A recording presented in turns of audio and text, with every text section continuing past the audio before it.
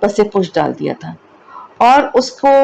ایسا بن گئے کہ جیسے اس کی تعلیمات سے واقف ہی نہیں ہے، اور ان چیزوں کی پیروی کرنے لگے جو شیاطین سلیمان علیہ السلام کا نام لے کر پیش کیا کرتے تھے۔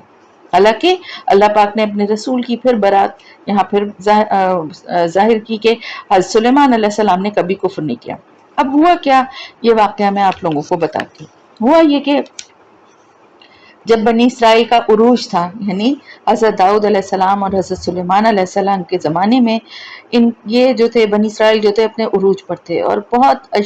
حضرت سلیمان کی آپ کو معلوم ہے، انشاءاللہ ہم حضرت سلیمان علیہ السلام کا جب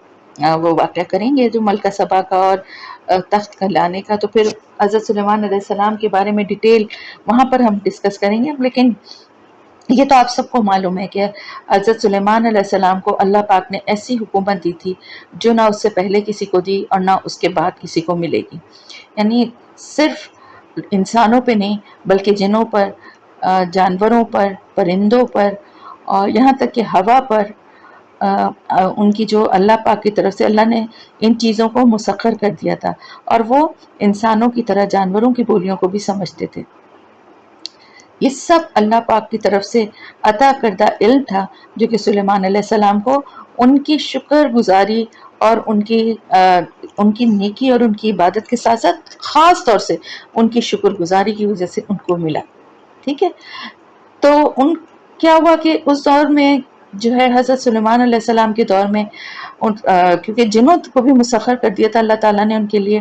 اور ان جنوں سے یعنی وہ شیاطین جن ہوں یا ویسے جو بھی جن تھے وہ سب ان کے آگے ان کی کچھ نہیں چلتی تھی اور وہ ان کے غلام تھے۔ اور حضرت سلیمان علیہ السلام نے اپنے دور میں ان سے بہت کام بھی لیے، اور قرآن میں کئی جگہ اس کا ذکر موجود ہے کہ کس طرح سے اللہ تعالیٰ نے ان کو یہ صلاحیت دی تھی کہ وہ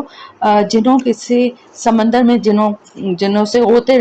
لگاتے تھے وہ، اور اندر سے قیمتی پتھر اور موتی اور چیزیں نکال کر لاتے تھے۔ اور اسی طرح میں جو میرے درس قرآن کے اسٹوڈنٹس ہیں، ہم لوگ قرآن کو جہاں تک پڑھ چکے ہیں تو ہم نے وہ واقعہ بھی پڑھا کہ کس طرح سے یہ ہیکل سلیمان جس کا آج کل آپ لوگ سن رہے ہوں گے کہ جو اسرائیل کے قبضے میں ہے، بیت المقدس کا ہی پارٹ ہے، اور جس کی تعمیر حضرت سلیمان علیہ السلام کے دور میں ہوئی تھی، اور جنہوں نے اس کی تعمیر کی تھی، اور حضرت سلیمان علیہ السلام کا خوف ان کے اوپر اتنا تھا کہ وہ ان کے انتقال کی خبر جب تک ان کو نہ ملی، حضرت سلیمان علیہ السلام کو وہ دیکھتے رہے کہ وہ کھڑے ہوئے ہیں۔ وہ بھی ایک واقعہ ہے، اور جب حضرت سلیمان علیہ السلام کا انشاءاللہ ہم کریں گے تو یہ ڈیٹیل ہم اس وقت کریں گے۔ بہرحال بتانے کا مقصد یہ کہ وہ جس طرح سے انہوں نے سب پہ کنٹرول کیا ہوا تھا، جنوں کے اوپر، انسانوں کے ساتھ ساتھ جنوں اور جانوروں کے، اور ہوا پہ بھی، ہوا ان کو جو ہے 6 مہینے کا سفر جو ہے وہ صبح سے شام تک میں کرتے تھے، اور شام سے صبح جو ہوتی تھی وہ 6 مہینے کا سفر ہوا کے اوپر وہ اڑ کے مطلب ہوا ان کو کرواتی تھی۔ یہ ساری چیزیں، یہ سارے اختیارات اللہ کی طرف سے عطا کردہ تھے، اور سلیمان علیہ السلام نے کبھی ایسا دعویٰ نہیں کیا تھا کہ یہ میرا کوئی کمال ہے یا میری کسی خوبی یا کسی صلاحیت کا نتیجہ ہے جو میں ایسا یہ سب کچھ کر رہا ہوں۔ جیسے کہ ہم لوگوں کا عام طور سے انسانوں کا رویہ کیا ہوتا ہے کہ اپنی کسی بھی کامیابی کو، اپنی کسی بھی جو کچھ بھی نعمت اللہ کی طرف سے حاصل ہو اس کو فوراً اپنے سے منسوب کرنے لگتے ہیں۔ میں نے پڑھا اتنا تھا نا، میں قابل اتنا تھا، دیکھو جب اتنی اچھی مجھے جاب ملی، یا میں نے اتنا دماغ اتنا لڑایا، اور میں نے کیلکولیٹ کیا، اور میرا دماغ کاروبار میں کتنا ہے، دیکھو میرا دن دگنی رات چوگنی ترقی کی، کیونکہ میں نے بڑی محنت کی، دن رات میں نے بہت اپنے آپ کو کھپایا۔ ایسا کہنا کوئی گناہ نہیں ہے، یہ بھی کہہ سکتے ہیں آپ، اگر کسی نے محنت کی ہے، اگر کسی نے بہت محنت سے تعلیم حاصل کی ہے، یا کسی اور فیلڈ میں اس نے بہت محنت کی ہے، لیکن خالصتاً صرف اور صرف ان چیزوں کو اپنی ہی ذات سے منسوب کرنا یہ غلط بات ہوتی ہے نا۔ اللہ کی رحمت کو اور اس کی عنایت کو ہمیشہ یاد رکھنا چاہیے، اور ہم جو بھی بات ہو وہ اس طرح کہنا چاہیے کہ اللہ کا بڑا کرم تھا، اللہ تعالیٰ نے میری بڑی رہنمائی کی، جو میں نے اس طرح سے اپنے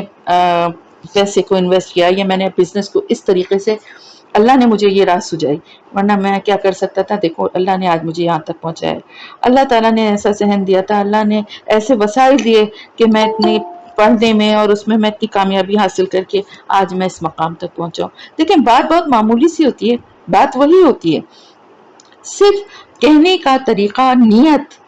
سوچ کا فرق ہوتا ہے۔ اگر ہمارے ذہن میں ہر وقت یہ بات رہے جو کہ رہنی چاہیے کہ ہمارے پاس کچھ بھی ہمارا ذاتی نہیں ہے، ہر چیز اللہ تعالیٰ کی طرف سے عطا کردہ ہے، تو ہم اپنی کسی بھی کامیابی اور خوشی پہ آپے سے باہر ایک تو نہیں ہوں گے، اور دوسری یہ ہمارے ذہن میں ہر وقت ایک شکر گزاری رہے گی، اور جو اللہ کا شکر گزار ہوتا ہے اللہ اس کا بہت قدردان ہوتا ہے۔ تو حضرت سلیمان علیہ السلام کو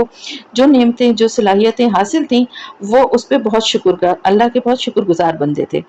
اب کیا ہوا کہ حضرت سلیمان علیہ السلام کے انتقال کے بعد، کیونکہ یہاں پر بات ہاروت اور ماروت کی ہو رہی ہے، تو میں حضرت سلیمان علیہ السلام کے واقعے کو اتنا ڈیٹیل نہیں یہاں پہ ڈسکس کروں گی، ہم دوبارہ سے اس واقعے کی طرف آتے ہیں۔ تو ہوا یہ کہ حضرت سلیمان علیہ السلام کی جو وہ عظیم الشان سلطنت تھی اور وہ سب جب ختم ہوئی ان کے انتقال کے بعد، تو جیسا کہ ہمیشہ سے ہوتا آ رہا ہے اور اس وقت بھی یہی ہوا کہ ایک پیغمبر کے جانے کے بعد، اور حضرت سلیمان علیہ السلام تو پیغمبر ہونے کے ساتھ ساتھ ان کے بادشاہ بھی تھے، تو عروج سے زوال کی طرف آتے ہوئے بنی اسرائیل کو زیادہ ٹائم نہیں لگتا تھا۔ اور ہم بنی اسرائیل کو اتنا کرٹیسائز نہ کریں، کیونکہ ہم مسلمانوں کا بھی یہی حال ہو گیا ہے کہ بہکتے ہوئے غلط راستے کی طرف جاتے ہوئے گمراہی اور بدعت کے راستے اختیار کرنے میں ٹائم نہیں لگاتے۔ تو ان کا بھی یہی تھا کہ جب وہ ذلت اور پستی میں یہ پڑے اور جہالت کا دورہ تھا، ہر طرح سے ان کے اوپر اخلاقی بھی ان کا انحطاط تھا، اور ہر طرح سے یہ ذلت اور پستی میں گرے ہوئے تھے۔ یعنی بالکل ہوا، میں نے آپ کو بتایا تھا نا کہ کیا ہوا تھا کہ ان کے اوپر جو ہے زوال اس طرح آیا تھا کہ ان کی پوری یعنی آبادی کو کس طرح غلام بنا کے، اور کس طرح سے عراق کا بادشاہ جو بخت نصر تھا وہ سارے اس نے تورات کے نسخے جلا دیے تھے اور ان لوگوں کو قید کر کے اپنے ساتھ عراق کے علاقے میں لے گیا تھا۔ تو فلسطین سے یہ لوگ غلام بن کے جو ہے وہاں چلے گئے تھے، اور وہاں رہتے ہوئے اب کیا تھا، کیونکہ اس میں ان کی محکوم قوم تھی، اور محکوم قوم جو ہوتی ہے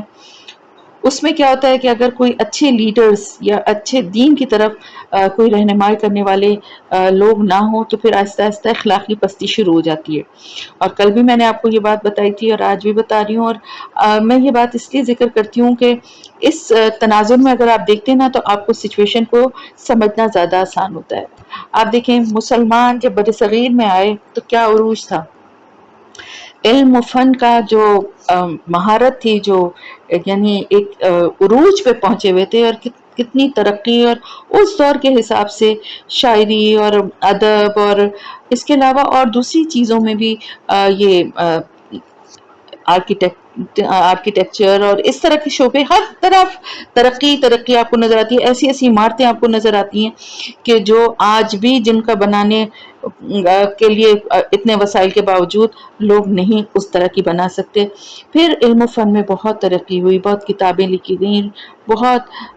بڑے بڑے علماء تھے اور ان کو وظیفے ملا کرتے تھے بادشاہوں کے پاس سے۔ لیکن پھر کیا ہوا، آہستہ آہستہ جب بھی کوئی قوم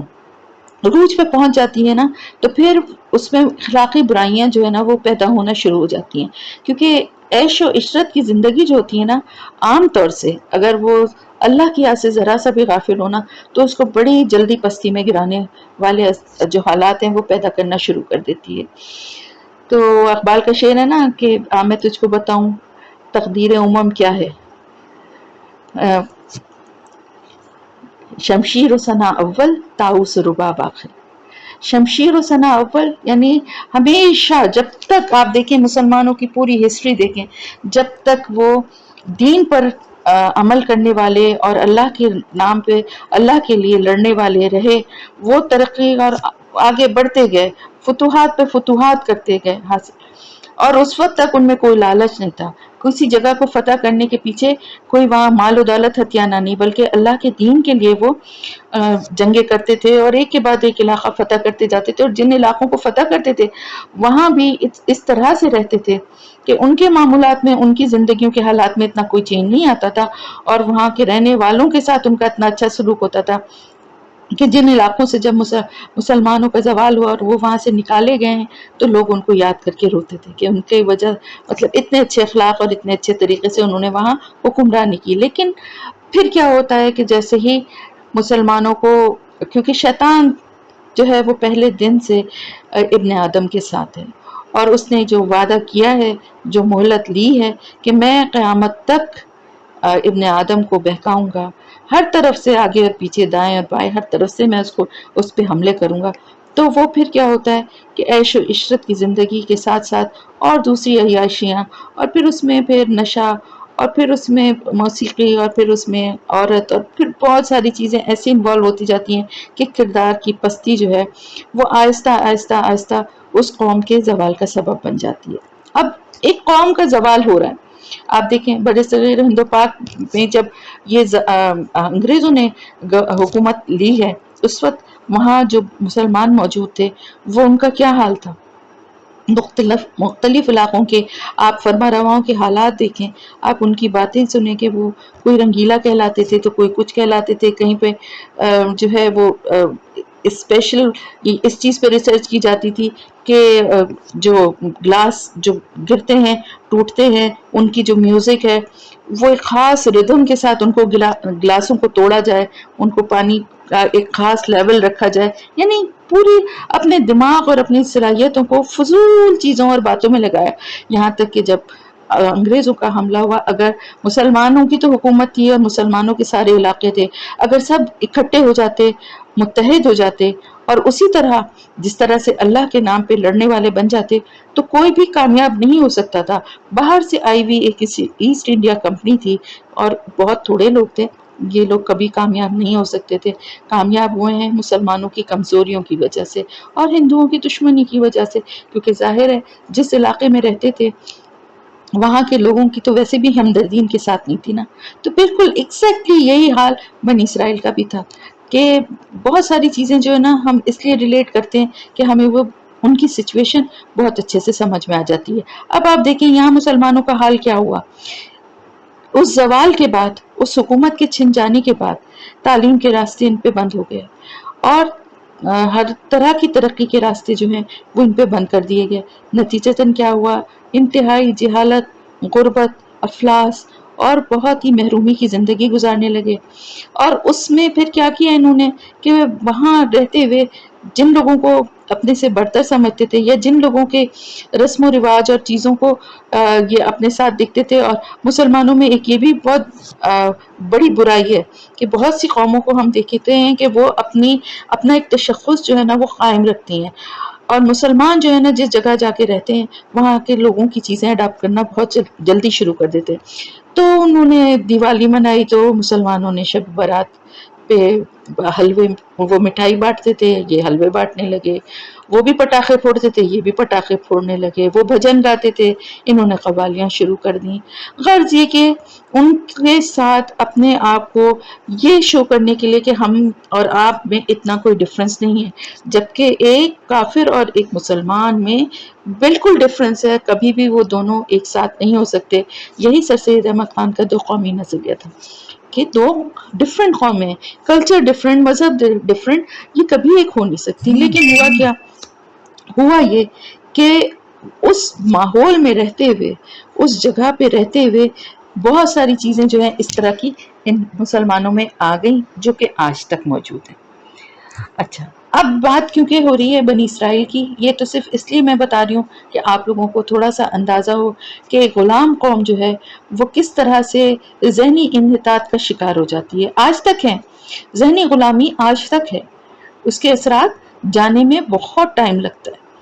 اور اس کے لیے بہت ضرورت ہوتی ہے ایسے لیڈرز کی، خاص طور سے ایسے مذہبی لیڈرز کی کہ جو لوگوں کو اللہ کی طرف واپس جوڑیں اور ان کو اللہ کے راستے کی طرف لائیں تاکہ وہ دوسروں کی غلامی کے اثر سے نکل آئیں۔ لیکن بدقسمتی ہے کہ اتنا پراپر کام اس چیز کے اوپر نہیں ہوا۔ اچھا، اب وہاں پر کیا ہوا کہ اب انہوں نے کیا کیا کہ جب اتنی ذلت اور پستی کی زندگی تھی، ظاہر ہے جس طرح سے وہ ذلیل کر کے ایک پوری قوم غلام بنا کے لے جائی گئی، اب انہوں نے کیا جادو ٹونے اور اس طرح کے جو ہے نا تعویذ گنڈے شروع کر دیے۔ سب سے پہلے تو انہوں نے کیا کیا، جب حضرت سلیمان علیہ السلام کا انتقال ہوا، اس سے پہلے حضرت سلیمان علیہ السلام نے کیا، یہ شیاطین جن جو تھے نا، جیسے ہمارے پاس اللہ کی طرف سے نازل کردہ کتابیں ہیں، پیغمبروں پہ نازل ہوئے صحیفے ہیں، اسی طرح ان شیاطین جن کے پاس بھی کچھ اس طرح کی کتابیں تھیں، کچھ اس طرح کے عملیات تھے۔ وہ ہوتا یہ تھا جیسے کہ آپ صلی اللہ علیہ وسلم کی بعثت سے پہلے، آپ کی پیدائش سے پہلے، یہ شیاطین جن جو تھے وہ اوپر آسمان تک چلے جاتے تھے، قریب تک چلے جاتے تھے، اور وہاں پر جو ہے یہ کنسوئیاں لیتے تھے، اور جو اللہ تعالیٰ کے احکامات ہوتے تھے، یعنی جو عرش مولا، یعنی جہاں پہ اللہ تعالیٰ کے پاس سے فرشتے اللہ کے میسج کو لے کر جب نیچے والے عرش تک آتے تھے اور وہاں ہینڈ اوور کرتے تھے، بالکل جیسے کہ ایک سسٹم ہے نا، تو وہاں جو فرشتے ہوتے تھے ان کو آ کے جو میسج دیا جاتا تھا اس کو سننے کی کوشش کرتے تھے۔ میں نے اس دن جو آپ لوگوں کو جو اسپیشل ہمارا سیشن تھا، میں نے آپ سے کہا تھا نا کہ جو آسمان کے دروازوں کی بات ہے، تو یہ شیاطین جن بھی تو آخر کسی جگہ پہ جا کر کہیں ان کو وہ راستہ تو پتا ہے نا جہاں سے کہ یہ آئے تھے، جہاں سے کہ شیطان کو زمین پہ پھینکا گیا تھا۔ حضرت آدم علیہ السلام تو اب ہمارے درمیان موجود نہیں ہے نا کہ ان سے یہ بات پوچھی جا سکے، لیکن وہ شیطان جو ہے، ابلیس جو ہے، وہ زمین پر جس راستے سے آیا تھا، ظاہر ہے اس کو وہ راستہ وہ معلوم ہوگا، تو یہ شیاطین جن جو ہیں یہ وہاں تک جاتے تھے، اور وہاں پر جو اللہ کے احکامات کے فیصلے ہوتے تھے ایز اٹ از پورے کو پورے تو نہیں، لیکن بہرحال اس کا کچھ حصہ کچھ کان میں پڑ گیا، کبھی کوئی بات کان میں پڑ گئی، تو وہ اس کو تھوڑے کو لا کے اور اس میں اضافہ کر کے اس میں کچھ باتیں اور ایڈ کر کے، اور یہ جو ہے یہاں پر کاہنوں کو، نجومیوں کو آ کے یہ باتیں بتایا کرتے تھے، جس کی وجہ سے وہ جو ہیں وہ لوگوں کو قسمت کا حال اور اس طرح کی باتیں جو ہیں وہ بتا کے لوگوں کے اوپر اپنا بھروسہ قائم کرتے تھے۔ اب وہ 10 میں سے اگر 8 باتیں غلط بھی ہو جائیں لیکن 2 اگر بالکل صحیح ہو جائیں تو لوگ ان 2 باتوں کو یاد رکھتے ہیں۔ لوگوں کا ذہن اور عقیدہ ایسے ہی کمزور ہو جاتا ہے جو اللہ کے علاوہ دوسروں پہ ٹرسٹ کرنے والے لوگ ہوتے ہیں، کہ وہ پھر ان باتوں کو کوٹ کرتے ہیں کہ دیکھو وہ بتایا تھا نا، وہ کس طرح سے صحیح ہو گیا۔ لیکن آپ صلی اللہ علیہ وسلم کی بعثت کے بعد جو ہے یہ راستہ ہمیشہ کے لیے بند ہو گیا۔ راستہ بند نہیں ہوا بلکہ اب اس کی حفاظت اور کڑی ہونے لگی ہے، ایسی نگرانی ہوتی ہے جیسے قرآن میں کئی جگہ اللہ تعالیٰ نے سورہ ملک میں بھی فرمایا، اور کئی جگہ کہ یہ جو ستارے ہمیں نظر آتے ہیں اور ہم کہتے ہیں نا ستارہ ٹوٹتا ہوا نظر آئے، یہ دراصل کیا ہوتا ہے، یہ آہنی گرز ہے۔ گرز آپ یہ سمجھیں کہ لوہے کے لمبے لمبے ڈنڈے، اور ان کے آگے جو ہے نا ایسے گولے ہوتے ہیں جن میں نوکیں نکلی ہوئی ہوتی ہیں، تو یہ آتشی گرز ہیں جو فرشتے ان شیاطین کو مارتے ہیں جو اوپر تک جا کے اللہ کے احکامات یا فرشتوں کی کوئی باتوں کو سننے کی کوشش کرتے ہیں۔ اب یہ ان کے لیے پاسبل نہیں رہا کہ وہ ایسی کوئی کنسولیاں لیں یا کوئی ایسی باتیں سنیں اور وہ آ کے یہاں بتائیں، تو اب وہ راستہ تو ہے ضرور لیکن یہ وہاں تک پہنچ نہیں سکتے، ان کی پہنچ اب نہیں ہے۔ تو اس وقت تک کیا تھا کہ یہ جاتے تھے اور پھر یہ ان چیزوں کو لکھ لیا کرتے تھے، اور ان کے بھی اس طرح کی کچھ کتابیں تھیں جن میں ان کے عملیات اور ان کے جو اپنے جو ان کے جادو ٹونے اور اس طرح کی چیزیں، کیونکہ جادو کا اس زمانے میں کافی رواج تھا اور بہت یعنی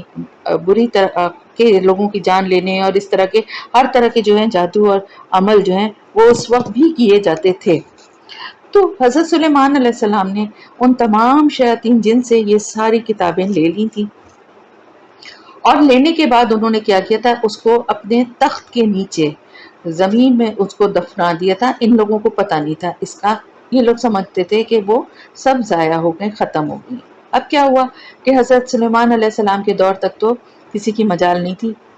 شیاطین جن بھی ان کے آگے کوئی ان کی بھی کوئی نہیں چلتی تھی، وہ بھی مسخر تھے۔ لیکن جب حضرت سلیمان علیہ السلام کا انتقال ہوا تو آہستہ آہستہ جو ہے یہ لوگوں کو، شیطان نے لوگوں کے دل میں یہ بات ڈالی کہ حضرت سلیمان علیہ السلام کے جس جگہ وہ بیٹھتے ہیں نا، وہ ان کا تخت جو ہے، اس تخت میں کچھ خاص بات ہے کہ اس پہ بیٹھنے کی وجہ سے ان کو یہ صلاحیتیں یا یہ طاقتیں ان کو ملی ہوئی تھی، تو لوگوں نے اس تخت کو پہ بیٹھنا یا اس کو استعمال کرنے کی کوشش کی، لیکن انہیں اس سے کوئی فائدہ نہیں ہوا۔ نتیجتاً کیا ہوا کہ اس تخت کو ہٹا کے وہاں سے کھودا، اور جب انہوں نے کھودا، یہ بھی دیکھیں اللہ کی آزمائش ہے۔ جب میں یہ واقعہ پڑھ رہی تھی اور یہ میں اس کو جب میں نے پہلی دفعہ ہوا تو مجھے یہ ہوا کہ حضرت سلیمان علیہ السلام نے وہ ساری چیزیں اسی وقت جلا کیوں نہیں تھی، ان کو زمین کے اندر دفن کیوں کیا؟ اگر اس وقت وہ سب کچھ جلا دیتے تو پھر تو یہ چیپٹر کلوز ہی ہو جاتا. لیکن بات یہ ہے کہ یہ میری جو سمجھ میں آیا، باقی اللہ پاک زیادہ بہتر جانتا ہے، ہمارے علم سے کہیں زیادہ، بلکہ اصل علم اللہ ہی کے پاس ہے. لیکن مجھے ایسا لگا کہ اللہ کی یہ بھی ایک حکمت ہے، یا اللہ کا یہ بھی ایک لوگوں کی آزمائش کرنے کا ایک طریقہ ہے. ورنہ تو دیکھیں نا، شیطان کو ہی نہیں دنیا میں بھیجتے اللہ تعالیٰ، تو بس پھر تو بات ہی ختم ہو جاتی. تو ایسی چیزیں یا ایسے راستے اللہ تعالیٰ دنیا میں باقی رہنے دیتا ہے تاکہ لوگوں کی آزمائش ہو سکے. تو بہرحال وجہ جو بھی ہے وہ اللہ زیادہ بہتر جانتا ہے. انہوں نے کھود کے وہاں سے وہ سارے جو جنتر منتر یا جو بھی عملیات یا جو بھی شیطانی اس میں چیزیں لکھی ہوئی تھی، وہ والی کتابیں وہ سب نکال لیے. اور اس کے بعد انہوں نے کہا اچھا اب سمجھ میں آیا، حضرت سلیمان علیہ السلام تو ان کتابوں کی وجہ سے یہ ساری طاقت ان کے پاس تھی، اور وہ جو انہوں نے سب کو مسخر کیا ہوا تھا، اور جو جن ان کے غلام بنے ہوئے تھے، اور جو ہوا پہ وہ سفر کرتے تھے، یہ تو سارے یہ نسخے تو یہاں پڑے ہوئے ہیں. یہ ان کو کس نے راہ دکھائی؟ یہ بھی شیطان نے راہ دکھائی. اور جو کم عقیدے کے یا کمزور عقیدے کے لوگ ہوتے ہیں وہ ہمیشہ اس طرح کے سہارے ڈھونڈتے ہیں. ذرا سی پریشانی میں فلانے بابا کے پاس چلے جائیں، ان کے مزار پہ دھاگا باندھ کے آ جائیں، فلانے پیر کی منت مان لیں. یہ سارے شارٹ کٹس جو ہیں یہ شیطان دکھاتا ہے. اور ہر دور میں جو کمزور عقیدے کے لوگ ہوتے ہیں وہ بڑی آسانی سے شیطان کا شکار بن جاتے ہیں. جبکہ ہمارے پاس ایک ایسی ہستی موجود ہے 24/7، ایک ایک لمحے وہ ہمارے نزدیک ہے، ہم سے کہتی ہے وہ ہستی کہ تم مجھ سے مانگو میں دینے والا ہوں، اور وہ خوش ہوتی ہے. یعنی دیکھیں نا، دنیا کے لوگ جو بھی ہیں ان سے اگر بار بار مانگا جائے، ایک کے بعد دوبارہ تیسری بار، تو وہ چڑ جاتے ہیں. وہ کہتے کیا ہے، میرے پیچھے پڑ گئے، ایک دفعہ کیا مدد کر دی، ہر دفعہ میرے پاس آئے. لیکن اللہ تعالیٰ کی ذات ایسی ذات ہے، ایسی ہستی ہے کہ وہ خوش ہوتی ہے، اس کو مانگنا پسند ہے، کیونکہ وہ بادشاہ ہے، سب کچھ اسی کا ہے، اور ہم سب اس کے آگے، اس کے بندے، اس کے غلام، اس کے فقیر ہیں. تو ہمارے لیے یہ چیز بہت بڑا اعزاز ہے کہ ہم اللہ کے غلام ہیں، ہم اللہ کے فقیر ہیں، ہم اللہ سے مانگ رہے ہیں، ہم اللہ سے ہر وقت ہر چیز مانگیں. حدیث کے الفاظ ہیں، مفہوم ہے، ایگزیکٹ الفاظ نہیں ہیں کہ اگر آپ صلی اللہ علیہ وسلم نے فرمایا اگر تمہارے جوتے کا تسمہ ٹوٹ جائے یا تمہارا گھر میں تمہارے نمک ختم ہو جائے تو وہ بھی اللہ سے مانگو. اس کا مطلب یہ ہرگز نہیں سمجھیے گا کہ بس اسباب کو نہ اختیار کریں. آپ پڑوس میں کسی سے لے سکتے ہیں، لیکن آپ اللہ سے دعا کریں کہ اللہ پاک سے پہلے مانگیں اور پھر اس کے بعد اسباب اختیار کریں.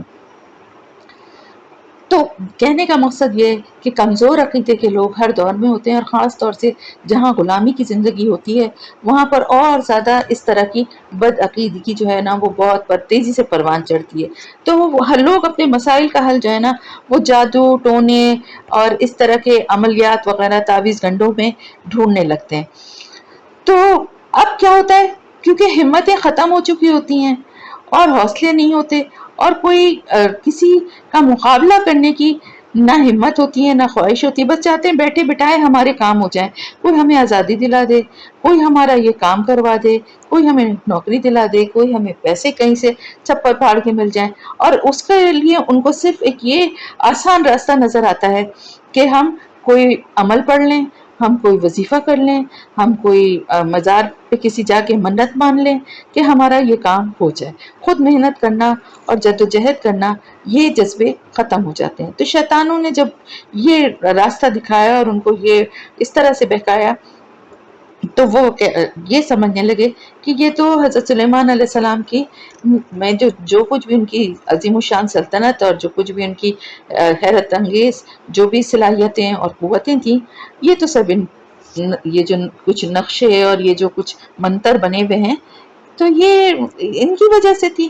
تو اب تو یہ ہمارے ہاتھ آ گئے، تو اب تو بس اب ہماری تو چاندی ہے، اب تو ہر چیز ہم حاصل کر لیں گے اس کے ذریعے. اور لوگوں نے اس کو بڑا مقدس سمجھ کے ان چیزوں کو بڑا آنکھوں سے لگا کے ان کو، حالانکہ ان کے پاس تورات موجود تھی جس کی انہوں نے قدر نہیں کی، اس کو چھوڑ دیا ایک طرف اور ان چیزوں پر ٹوٹ پڑے. اور آج بھی آپ دیکھیے کہ مختلف مسلمانوں میں کیا ہوتا ہے، قرآن موجود ہے، درود موجود ہے، لیکن اس کے علاوہ پتہ نہیں کون سے قفل ہیں، کہ کون سی ماہی ہے درود ہے، کہ کون سا کیا ہے، یہ سب کیا ہیں؟ یہ سب شارٹ کٹس ہیں، ان کو پڑھنے سے یہ حاصل ہو جائے گا، اس کو پڑھنے سے وہ حاصل ہو جائے گا۔ آپ کے پاس اللہ کی دی ہوئی کتاب ہے جس کے آگے سب کچھ ہیچ ہے، اس کے آگے سب چیزیں جو ہیں وہ ان امپورٹنٹ ہے۔ آپ اس کو تو امپورٹنس دیں، اس کے اوپر غور و فکر کریں، اس سے اپنے مسائل کا حل ڈھونڈیں، اس کے ذریعے اللہ سے مانگیں۔ آپ کے پاس اللہ تعالیٰ کی ذات کا سہارا موجود ہے، اور آپ کے پاس اللہ کی کتاب موجود ہے، آپ کے پاس اللہ کے رسول صلی اللہ علیہ وسلم کی تعلیمات موجود ہیں۔ آپ کو ان کے علاوہ کسی چیز کی، کسی جادو ٹونے تعویذ گنڈے ٹوٹکے، بہت سے لوگوں کو اگر کہو تو وہ کہتے ہیں جی وہ بہت اللہ والے ہیں، وہ تو قرآن کی ہی آیت لکھ کے دیتے ہیں، وہ جو تعویذ دیتے ہیں یا وہ جو جھاڑ پھونک کرتے ہیں نا، وہ تو اللہ کے کلام سے ہی کرتے ہیں۔ میں ان سے ہمیشہ ایک بات پوچھتی ہوں، میں کہتی ہوں اللہ کا وہ کلام آپ کے پاس بھی تو ہے نا، آپ خود سے کیوں نہیں پڑھ کے پھونک لیتے؟ کہتے جی وہ بہت اللہ والے ہیں، بڑے نیک بزرگ ہیں، ان کی دعا میں بڑا اثر ہے۔ آپ دیکھیں دعا میں تو سب کی اثر ہے، اللہ نے تو شیطان کی بھی دعا کو رد نہیں کیا، اس نے بھی جو مانگا اللہ نے اس کو بھی دے دیا۔ تو نعوذ باللہ استغفر اللہ، انسان کیا اس سے بھی زیادہ بدتر ہے جو وہ کسی کو سمجھتا ہے کہ صرف اسی کے دعاؤں میں اثر ہے، ہماری دعاؤں میں اثر نہیں ہے؟ کتنی غلط یہ بات ہے۔ دوسری میں ایک سوال ہمیشہ کرتی ہوں جب کوئی مجھے آ کے بتاتا ہے، عام طور سے ماسیاں اس طرح کی باتیں کرتی ہیں، یا بعض دفعہ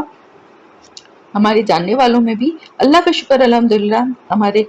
کلوز اس میں تو نہیں ہے کوئی بھی ایسا کہ ہمارے رشتہ داروں یا ہمارے فرینڈ سرکل میں ہو، لیکن کچھ لوگ ایسے ہوتے ہیں جو آ کے کسی کے بارے میں بڑی اس طرح کی خبر دیتے ہیں کہ وہ بڑے پہنچے ہوئے بزرگ ہیں، اور ان کے پاس گئے، وہ سر کا درد تھا تو انہوں نے یہ پڑھ، وہ کوئی دم کرتے ہیں فلانی چیز کے لیے، وہ یہ دم کرتے ہیں۔ تو میں ان سے صرف دو سوال کرتی ہوں، پہلے تو کہتی ہوں کیا پڑھتے ہیں، آپ نے کبھی پوچھا ان سے؟ دوسرے میں یہ پوچھتی ہوں آپ اسی طرح اسی ہولی میں میرے پاس جیسے کوئی آیا ہے اور ایسی سر سے دوپٹہ اڑے ہوئے ایک نارمل اس میں ہے، تو میں اس سے پوچھتی ہوں آپ اسی طرح گئی تھی؟ پھر بھی انہوں نے آپ کے سر پہ پھونکا، آپ کے سر پہ ہاتھ رکھا، آپ سے بیٹھ کے بات کی، آپ کو وہ اللہ والا پھر بھی لگتا ہے؟ آپ کا دل کیسے مطمئن ہوتا ہے؟ ایک اللہ والا تو ایک بے پردہ عورت کی طرف نظر اٹھا کے بھی نہیں دیکھے گا، ایک نامحرم عورت کو ہاتھ بھی نہیں لگائے گا۔ تو یہیں پر ہی پتہ چل گیا اس کے اللہ والا ہونے اور اس کے ایمان کے۔ ہم کسی کو جج نہیں کر رہے، ایک بات بتا رہے ہیں کہ دیکھیے ہمارے پاس کرائٹیریا ہے، ہمارے نبی صلی اللہ علیہ وسلم کے اسوہ کی شکل میں ہمارے پاس اللہ نے ایک پوری مثال ہمارے سامنے دے دی ہے، ہم اس کرائٹیریا پہ لوگوں کو چیک کر سکتے ہیں۔ اور سب سے بڑی بات ہے اللہ کی کتاب ہمارے پاس ہے، ہمارے ہاتھ میں۔ میں بہت پریشان تھی اور ہوں، جس کی وجہ سے مجھے بہت ہمدرد ہیں میرے، جو مجھے بہت طریقے، بہت راستے بتاتے ہیں، اور میں ان کو یہی بات کہتی ہوں کہ میں تو سب سے بڑا جو پیر ہے نا، سب سے بڑا جو بزرگ ہے نا، میں تو اس سے مانگ رہی ہوں نا بھائی، باقی سارے بھی اسی کے غلام ہیں۔ تو جب وہ نہیں چاہے گا تو کوئی دوسرا مجھے کیسے دلا دے گا؟ اللہ سے کوئی کیسے آگے بڑھ کے مجھے نعوذ باللہ استغفر اللہ کوئی چیز دلائے گا؟ تو شروع میں لوگوں کو سمجھ میں نہیں آتی تھی، اور بڑی کچھ لوگ جو ہیں بڑی مجھ سے بحث بھی کرتے تھے کہ اللہ والے ہیں فلانے والے ہیں، لیکن دیکھیں اللہ کا کلام پڑھنے کے بعد بھی اگر ہمارے دلوں میں یہ یقین پیدا نہ ہو کہ اللہ کے سوا کوئی نہ کچھ دلا سکتا ہے، اور اگر اللہ کچھ ہم سے چھیننا چاہے تو وہ کوئی دلا نہیں سکتا، اور کچھ ہمیں دینا چاہے تو ہم سے کوئی چھین نہیں سکتا، یہ ایمان یقین ہمارے دل میں ہوتا ہے نا، تو پھر ہمیں کسی اور راستے کی طرف دیکھنے کی ضرورت نہیں پڑتی۔ لیکن ہوتا یہی ہے، اخلاقی خرابیاں اس وقت ہوتی ہیں جب انسان غلامی میں ہوتا ہے، اور وہ اتنا عرصہ رہنے کے بعد ابھی تک ہماری قوم سے بھی نہیں نکلی، تو ان کے ساتھ بھی یہی تھا۔ اور وہ کیا کرتے تھے، اب ان کتابوں کے نسخے دیکھ کر ان کے جو منتر تھے اور جو اس پہ بنے ہوئے نقش تھے وہ مختلف معاملات کے لیے تھے۔ اب انہوں نے وہاں پر کیا شروع کر دیا، پوری قوم وہاں بابل میں تھی، یعنی عراق کا ایک شہر ہے بابل، جہاں پر کہ یہ قیدی اور غلام بنے ہوئے تھے، لیکن وہاں رہتے ہوئے کیا کرتے تھے، ان کتابوں ان منتروں سے یہ جادو کیا کرتے۔ اب کیا ہوا، اللہ نے ان کی آزمائش کے لیے دو فرشتوں کو انسانی شکل میں بھیج دیا، ہاروت اور ماروت۔ اس سے پہلے ہم خیر ابھی آپ لوگوں نے تو نہیں پڑھا لیکن میرے اسٹوڈنٹس پڑھ چکے ہیں کہ کس طرح قوم لوط کے پاس فرشتے خوبصورت لڑکوں کی شکل میں گئے تھے نا، حضرت ابراہیم علیہ السلام کے پاس آئے تھے نا، تو اسی طرح سے ان اسرائیلیوں کے پاس بھی وہ بزرگوں کی شکل میں آئے اور انہوں نے وہاں پر ہر طرف یعنی بڑا جادو اور یہ تعویذ گھنٹوں کا بڑا بہت عروج پہ تھا معاملہ. انہوں نے بھی وہاں پر ایک اپنی دکان کھول لی، اپنا ایک حجرہ بنا لیا کہ جہاں پر تعویذ دینا، جادو کے تعویذ دینا شروع کر دیے. لیکن بات یہ ہے کہ یہ فرشتے آسمان سے کیوں آئے تھے اور ان فرشتوں کا کیا کام تھا اور ان فرشتوں کو اللہ نے کیوں بھیجا تھا. گو کہ یہاں پر اتنی ڈیٹیل نہیں ہے، لیکن قرآن میں اللہ تعالیٰ فرما رہے ہیں کہ یہ دو فرشتے جو تھے نا، یہ آزمائش کے طور پر بھیجے گئے تھے. اور وہ فرشتے کیا وہاں پر اس زمانے میں کیا تھا، سب سے بڑا جو جادو جو لوگ سیکھنا چاہتے تھے وہ تھا جس سے کہ بیوی اور شوہر کے درمیان جدائی ڈال دیں. کیونکہ شیطان جو ہے نا، اس کا فیوریٹ، سب سے پسندیدہ، سب سے زیادہ جو اس کو فیل جو ہے وہ پسند ہے، جس کی وجہ سے وہ اپنے کسی بھی چیلے سے سب سے زیادہ خوش ہوتا ہے، وہ یہ ہے کہ میاں بیوی کے درمیان جدائی ڈال دی جائے. تو وہ فرشتے جو تھے وہ بھی وہ جو جادو سکھاتے تھے، تو لوگ ان کے پاس وہ جادو سیکھنے کے لیے آتے تھے. حالانکہ وہ فرشتے جب وہ آتے تھے تو پہلے ہی صاف ان سے کہہ دیتے تھے کہ دیکھو ہم صرف ایک آزمائش ہیں، یعنی ہم تمہاری آزمائش کے لیے آئے ہیں، تم کفر میں مبتلا مت ہو. یعنی ہم تمہیں سکھا تو سکتے ہیں، یعنی وہ جادو جو ہے جو تم سیکھنے کے لیے آئے ہو وہ تمہاری آزمائش ہے، تو ہم تمہیں سکھا تو سکتے ہیں لیکن بہتر ہوگا کہ تم نہ سیکھو. ٹھیک ہے. جیسے کہ ایک پولیس کا ڈپارٹمنٹ ہے، وہ کسی کو اجازت تو نہیں دیتا کہ وہ جرم کرے، اور بتا بھی دیتا ہے کہ دیکھو یہ کرنے کی صورت میں تمہیں یہ سزا ملے گی، لیکن کسی کو روکتا تو نہیں ہے نا پہلے سے جب تک کہ وہ جرم کر نہیں لیتا. ایگزیکٹلی یہ فرشتے اللہ کی طرف سے ایک آزمائش کے طور پر بھیجے گئے تھے، اور یہ وہی جادو سکھاتے تھے جس سے کہ میاں اور بیوی کے درمیان جدائی ڈال دی جائے. کہتے ہیں کہ روایت میں ہے کہ شیطان جو ہے روزانہ رات میں اپنا تخت جو ہے نا پانی کے اوپر، اس کا تخت جو ہے وہ لگتا ہے، اس کا دربار لگتا ہے، اور تمام شیاطین جو ہیں دنیا کے کونے کونے سے آ کر اس کو رپورٹ دیتے ہیں، اور ہر شیطان جو ہے وہ آ کر ابلیس یعنی جو ہے وہ تخت پہ براجمان ہے اور اس کی ساری آل اولاد جو ہے وہ اس کو آ کے رپورٹنگ کر رہی ہے. تو وہ سنتا رہتا ہے. ایک آ کے کہتا ہے کہ میں نے فلاں سے فلاں کو بھائی سے قتل کروا دیا، کہتا ہے بہت اچھا کام کیا، چلو بیٹھ جاؤ یہاں میرے ادھر. دوسرا آ کے کہتا ہے جی میں نے اس سے آج اتنا غلط کام کروا دیا، اور میں نے اس مال میں خیانت کروا دی کسی سے کچھ. سب آپ کو کہتا ہے بہت اچھا کیا، چلو بھائی خوش ہوا میں، تم کامیاب ہوئے. یہ اتنے میں ایک آتا ہے اور آ کے کہتا ہے کہ آج میں نے ایک شوہر اور بیوی کے درمیان علیحدگی کروا دی. وہ اپنے تخت سے کھڑا ہو جاتا ہے. تم میرے اصل جانشین، کیا کام کیا ہے تم نے، دل خوش کر دیا، اور اس کو اپنے ساتھ تخت پہ بٹھا لیتے ہیں. یعنی یہ اتنا برا فعل ہے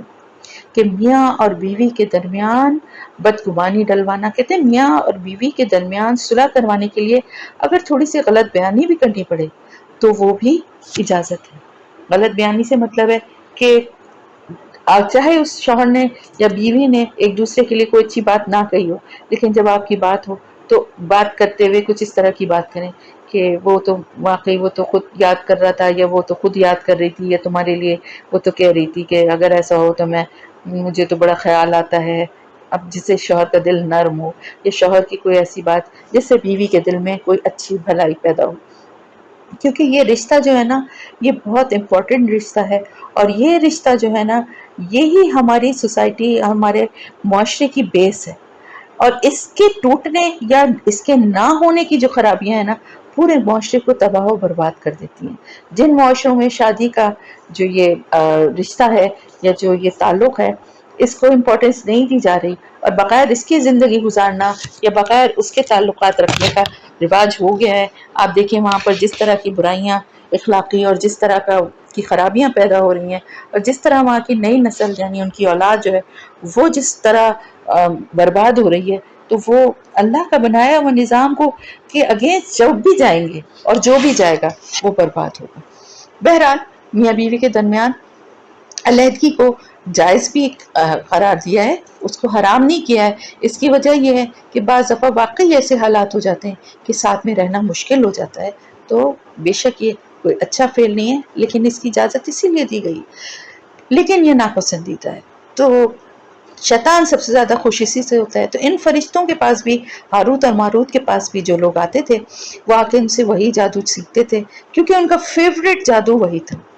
اور وہ اس کے ذریعے سے کوشش یہ ہوتی تھی، کیونکہ اخلاقی انحطاط تھا نا، انتہائی درجے کی پستی میں گر چکے تھے، اور اس پستی کی وجہ سے کیا تھا، بے پردگی تھی۔ کسی کی بیوی کو دیکھا کہ بڑی خوبصورت ہے، اب فوراً یہ ہوا کہ کسی طرح اس کا شوہر چھوڑ دے تو میں اس سے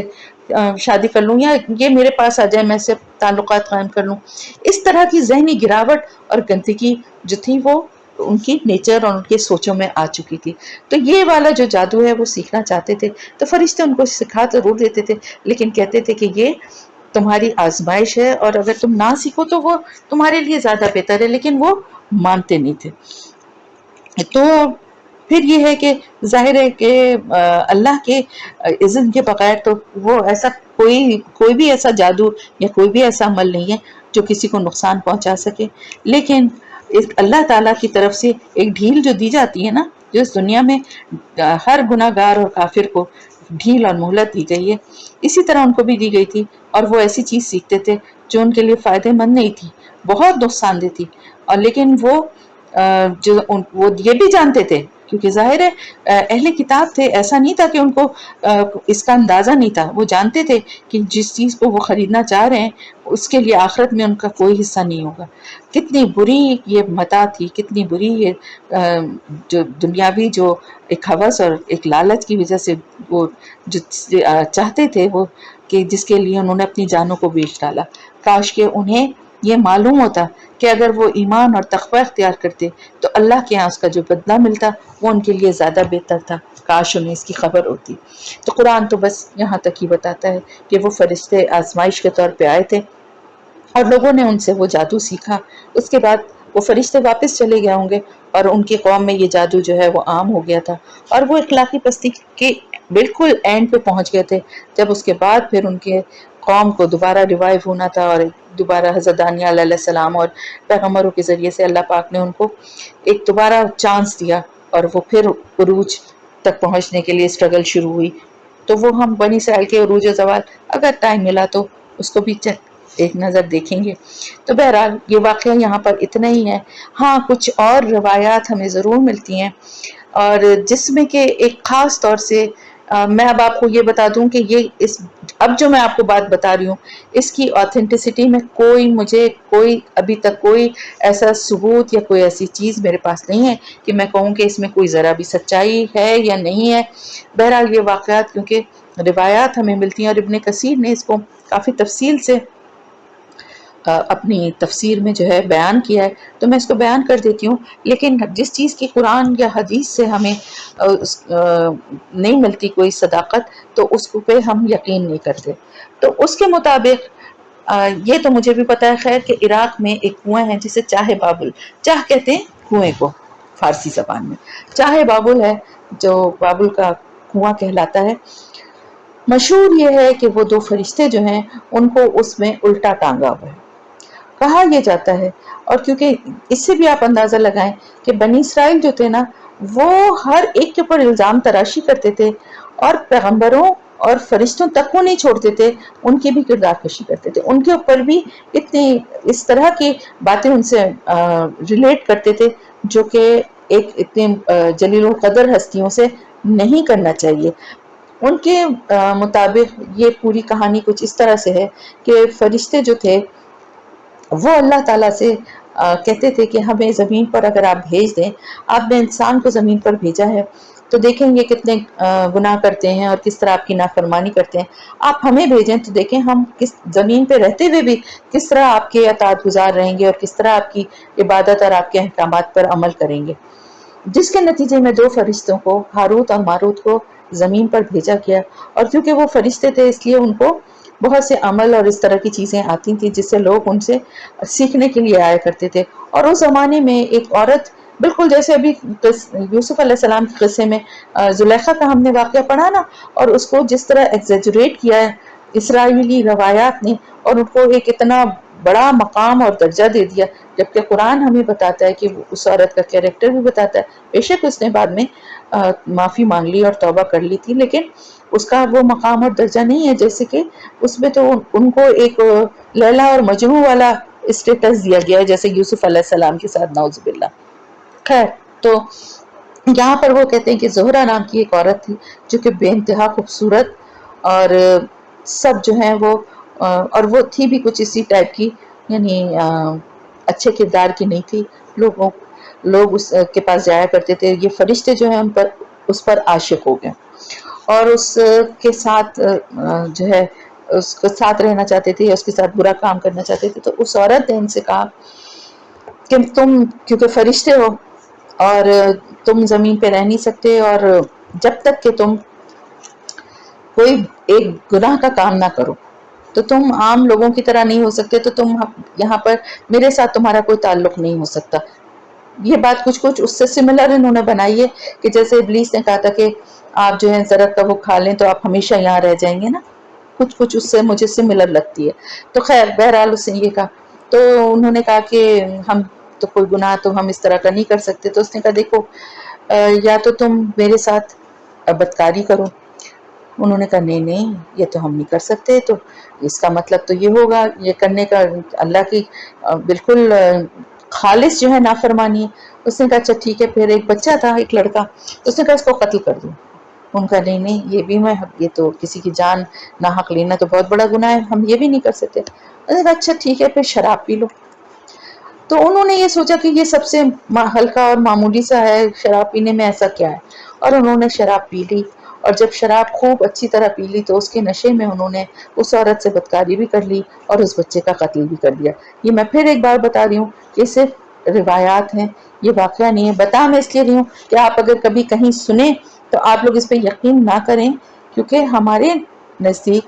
فرشتوں کا بھی ایک بڑا مقام ہے اور پیغمبروں کا بھی اس سے بھی برتر مقام ہے. تو ہم ان کے کردار سے متعلق ایسی کسی بات پر یقین نہیں کر سکتے، اور اگر ایسی کوئی ذرا سی بھی کوئی بات واقعی بتانے والی ہوتی تو اس کا قرآن میں ضرور ذکر ہوتا یا حدیث میں اس کی کوئی تفصیل ہمیں ملتی. بہرحال جیسے ہی انہوں نے یہ گناہ کیے تو کیا ہوا، عذاب اللہ کا نازل ہوا. اور وہ عورت جو ہے زہرہ سیارہ، آپ کو معلوم ہے ہمارے جو گیلیکسی میں جو ہم سورج کے گرد جو سیارے گھوم رہے اس میں ایک زہرہ بھی ہے نا. تو وہ کہتے ہیں کہ جی اس کو اللہ نے ایک ستارے جو بڑا خوبصورت ستارہ سمجھا جاتا ہے، اور اس کو جو ہے وہ اللہ نے وہاں پر ستارے کی شکل میں وہاں پر آسمان پہ اس کو بطور سزا وہاں پہ معلق کر دیا. اور ان دونوں کو اس کنویں میں ان دونوں فرشتوں کو الٹا لٹکا دیا جو کہ قیامت تک وہ وہاں الٹے لٹکے رہیں گے. اور بقول ان کی روایات کے مطابق آج بھی اگر کسی کو کوئی جادو کا عمل یا کوئی کسی کے لیے کوئی نقصان پہنچانے والا کوئی عمل کرنا ہے تو اس کو کوئی ایسی حرام چیز یا کوئی ایسی چیز کھائے اور اس کے بعد وہ جا کے وہاں کنویں پہ ان سے اگر آج بھی وہ کرے تو وہ اس کو اس کا طریقہ یا اس کا عمل بتاتے ہیں. اعوذ باللہ استغفر اللہ. ایک فرشتوں کی ذات سے متعلق اس طرح کے الزامات کتنے رقیق ہیں سوچیں آپ. تو بہرحال یہ بالکل بھی میں کیونکہ ابن کثیر میں یہ روایت بلکہ اس سے آگے ایک اور قصہ بھی ان سے ریلیٹڈ ہے جو کہ غیر ضروری ہے اور میں نہیں اس کو ڈیٹیل میں جا رہی، مگر میں آپ کو یہ بات جہاں پہ بھی ہوتی ہے وہاں پہ اللہ کے رسولوں کے بارے میں یا فرشتوں کے بارے میں جہاں پہ بھی کوئی اس طرح کی بات مشہور ہوتی ہے وہ میں ضرور آپ لوگوں کو اس لیے بتاتی ہوں کہ آپ لوگ محتاط رہیں. اور کبھی بھی کہیں سن کے، کیونکہ اس طرح کی کہانیاں ہمیں اٹریکٹ بہت کرتی ہیں نا، اچھا یہ سیارہ جو ہے نا یہ اس وجہ سے یہ ستارہ جو ہے وہ بن گیا، یہ زہرہ وہ زہرہ ہے، اچھا وہ وہاں تو ہے وہاں پر چاہے بابل، اچھا اس میں وہ لٹکے ہوئے الٹے، اللہ نے ان کو اس طرح سے سزا دی تھی. ساری باتیں ہمیں اگر ہم سوچیں تو ہم کہیں اچھا واقعی فرشتوں نے شاید اللہ سے کہا، حالانکہ فرشتے اللہ سے وہی بات کہتے ہیں کیونکہ وہ ایک طرح سے آپ یہ سمجھیں کہ وہ کمپیوٹرائزڈ مخلوق ہیں، یا اللہ کی طرف سے ان کو جو فیڈ کیا گیا ہے وہ صرف وہی کرتے ہیں. اختیارات دے کے دنیا میں اللہ نے انسانوں اور جنوں کو بھیجا، باقی کسی کے پاس اختیار نہیں ہے. تو وہ اس طرح کی بات اللہ سے کہہ کے اور دنیا میں کیوں آئیں گے. اور بہت فرق ہے، انسان دنیا میں آنے کے بعد اپنی میموری تو اس کے ساتھ نہیں آتی ہے نا، وہ بچپن میں ہی ختم ہو جاتی ہے. اس کو وہاں کے فرشتے جب کہ جنت سے جو آئے ہوئے ہوں گے تو ان کو تو وہاں کی ساری بات یاد ہوگی، تو دونوں برابر ویسے بھی نہیں ہو سکتے. تو یہاں پر یہ ہاروت اور ماروت کا قصہ ہوا ختم. اور کچھ اتنا زیادہ کیونکہ ڈیٹیل تھا نہیں، لیکن پھر بھی جو اس سے ریلیٹڈ جو اصل بات، اصل میسج ہے وہ اس سے ہمیں حاصل کرنا ہے. اور وہ یہ ہے کہ ہمیں صرف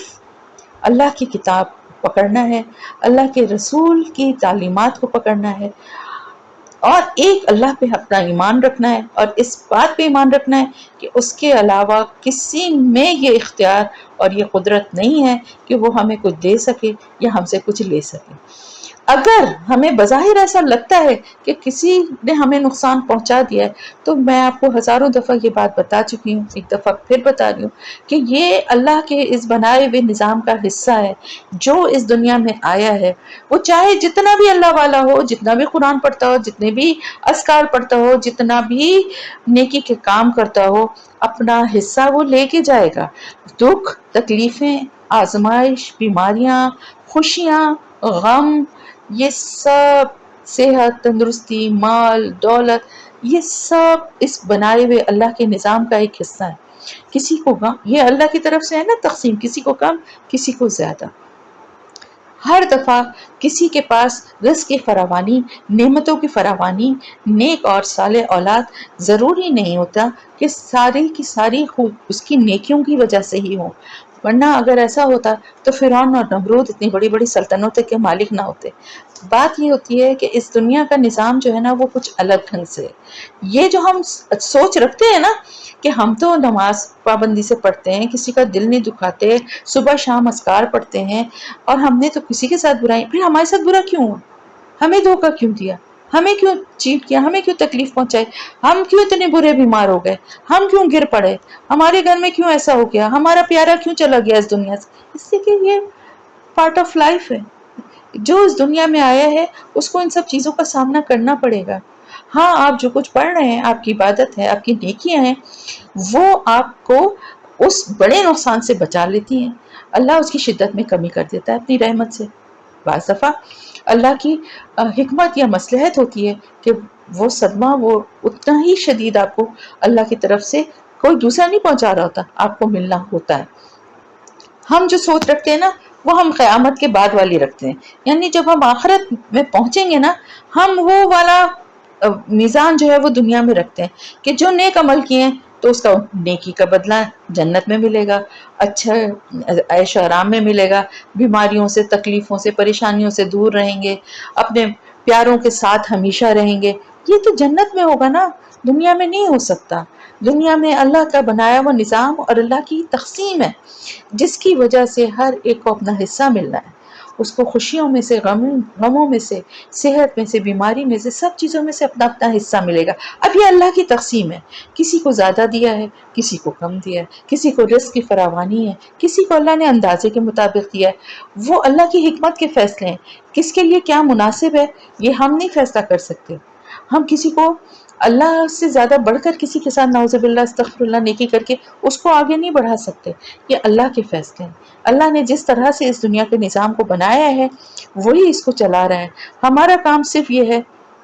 اپنے حصے کا رول پلے کریں اور اپنے آپ کو اللہ کے احکامات کے مطابق زندگی گزارنے والا بنائیں، اللہ کے فیصلوں پہ راضی ہونے والا بنائیں، اللہ کے ہر فیصلے کو الحمدللہ کہہ کے قبول کریں. چاہے آپ کو تکلیف ہو، بے شک آپ تکلیف ہے، آپ اللہ سے تکلیف کا اظہار کریں گے میرے دل کو بہت تکلیف ہے، آپ رو بھی سکتے ہیں، آپ اللہ سے کہہ بھی سکتے ہیں کہ اللہ اس کی شدت کو کم کر.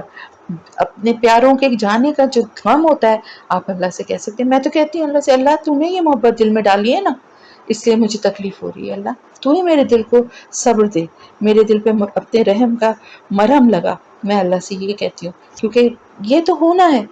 اس دنیا میں جب آئے ہیں ان چیزوں کو فیس کرنا ہے. تو سب سے اہم جو پیغام ان ہاروت اور ماروت کے قصے میں وہ یہ ہے کہ کبھی بھی شارٹ کٹس کی طرف اللہ کے علاوہ کسی اور ذریعے کی طرف اپنی مدد کے لیے جانا یا ان کو سمجھنا نجات دہندہ کہ یہ ہمیں ہماری مدد کر سکتے ہیں یا ہمیں نکال سکتے ہیں. دعا کی بات الگ ہے. ایک مومن کا مومن پہ حق ہے کہ وہ اس کے لیے دعا کرنے کو کہے اور وہ اس کے لیے دعا کرے.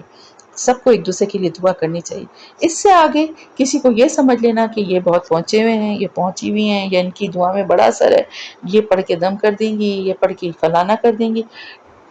آپ کے پاس اللہ کا کلام موجود ہے نا، آپ خود پڑھ سکتے ہیں، آپ خود دم کر سکتے ہیں. پڑھیے قرآن کی کسی آیت کو آپ پڑھنا چاہتے ہیں،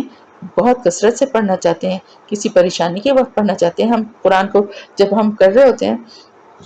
تفسیر، تو میں بیچ میں جو آیتیں اس طرح کی آتی ہیں میں آپ لوگوں کو بتاتی ہوں کہ اس کو آپ پڑھیں، اس مقصد کے لیے پڑھیں، اس مقصد کے لیے پڑھیں. پورا قرآن آپ کے سامنے اللہ پاک نے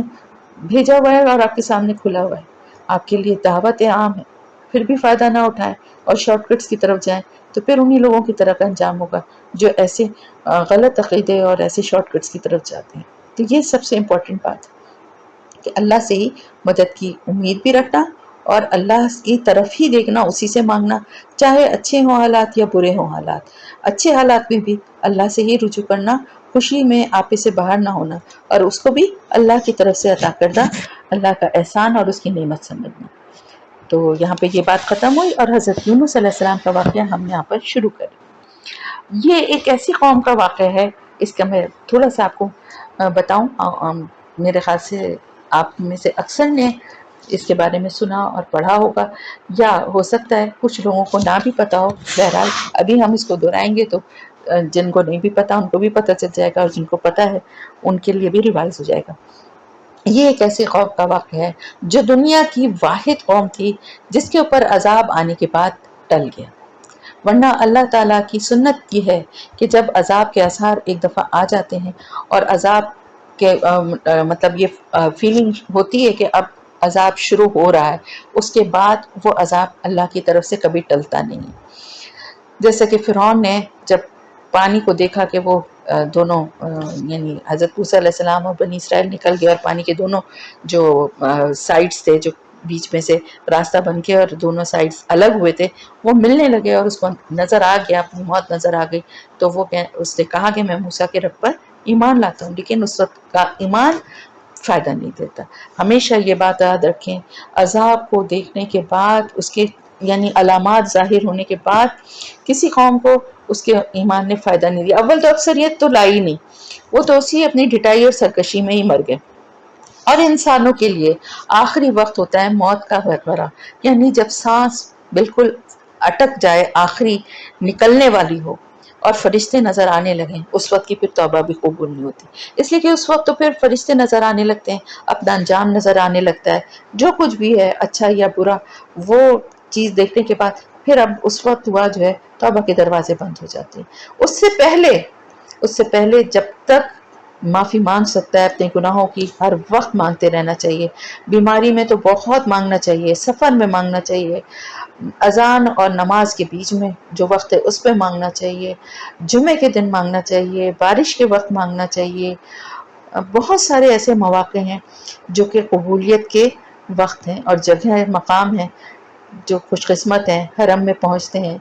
وہاں اللہ کے گھر کے سامنے وہ مقام ہے جہاں پہ سب سے زیادہ دعا کی قبولیت ہے. لیکن ایک انسان کے لیے اللہ پاک نے صرف اس جگہ کو مخصوص نہیں کیا، بلکہ اللہ تعالیٰ جب ہم سجدے کی حالت میں ہوتے ہیں تو سمجھے ہم اللہ کے سامنے حاضر ہوتے ہیں. انسان سجدے کی حالت میں سب سے زیادہ نزدیک ہوتا ہے اپنے رب کے. تو جتنی بھی دعائیں مانگنی ہے، استغفار کرنا ہے، کرتے رہا کریں، کیونکہ گناہ دانستگی میں بھی اور نادانستگی میں بھی ہم سے ہوتے رہتے ہیں نا. تو معافی بھی اسی طرح مستقل مانگتے رہنا چاہیے. اور نماز کے بعد مانگیں، چلتے پھرتے مانگیں، معمول بنا لیں. کچھ کلمات ہیں جن کو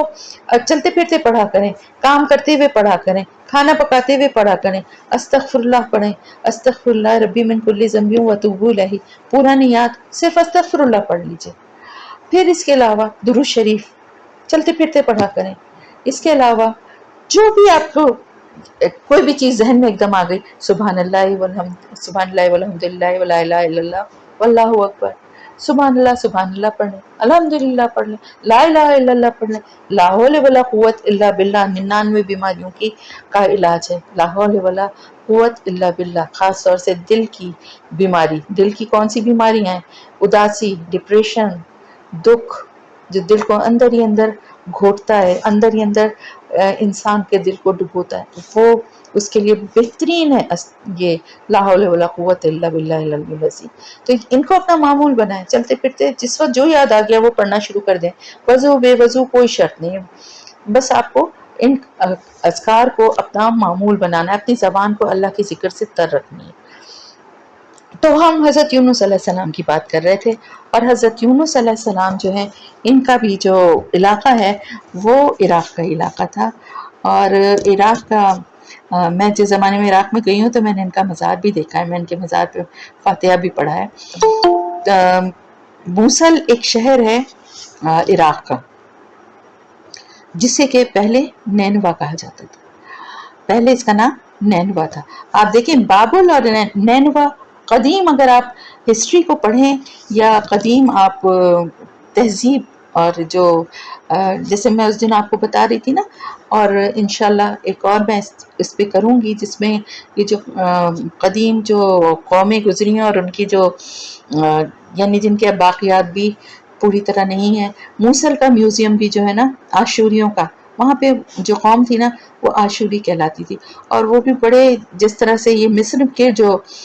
فرعون تھے اور جس طرح یہ طاقتور، اور میں بہت حیران ہوتی تھی، میں جب گئی ہوں تو وہاں پہ میں نے جو نمرود کا محل دیکھا، اور تو بہت میں آپ کو بتا رہی ہوں نا سملیرٹی تھی. میں مصر تو نہیں گئی، ظاہر ہے میں نے وہ احرام مصر نہیں دیکھے، لیکن جو پکچرز دیکھی اور جو تو وہاں اور وہاں کے میوزیم میں بھی جو چیزیں ہیں نا آپ کو بڑی ان میں سملیرٹی نظر آئے گی. ان کا رسم الخط، ان کی جو وہ بنے ہوئے ہیں اسکلپچرز بنے ہوئے ہیں یا جو ان کی پینٹنگز ہیں وہ بڑی ملتی جلتی. اور صرف یہی نہیں، ہمیں دنیا کے اور بہت سارے ایسے علاقے ہیں جہاں پر ہمیں ایک مخصوص کلچر، ایک مخصوص رسم الخط اور اسی طرح کی شکلیں، اسی طرح کی پینٹنگ، اسی طرح کے مجسمے، یہ ہمیں اور اسی طرح کی طرز تعمیر یہ نظر آتی ہے. جس کا میں نے کچھ جمعے کو جو